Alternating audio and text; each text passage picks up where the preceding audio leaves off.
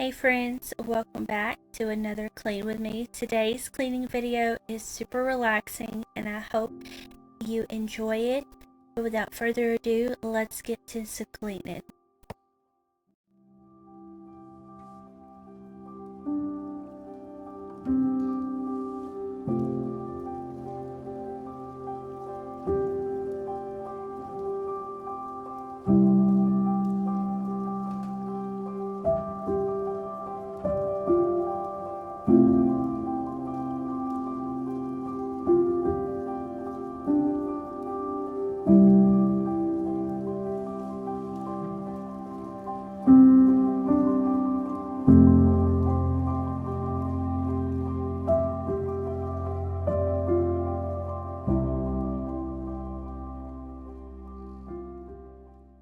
So today I wanted to be really present in what I was doing, so you notice that I'm going really slow, and I also wanted to share new viewpoints of what I do when I clean. So let me know in the comments how you like this style of clean with me videos, because personally I love doing these. There's some kind of art to them, and I just feel like they turn out so beautiful, and also they just seem so special to me to see the little joys in everything, including cleaning.